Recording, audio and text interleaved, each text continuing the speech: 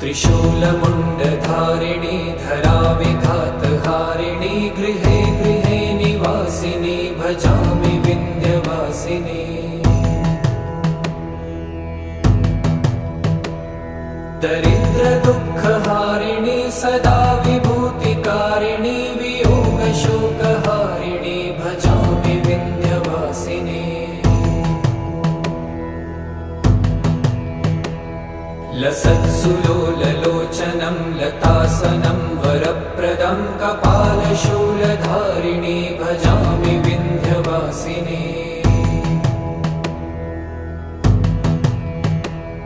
कराब्जदानदाधरा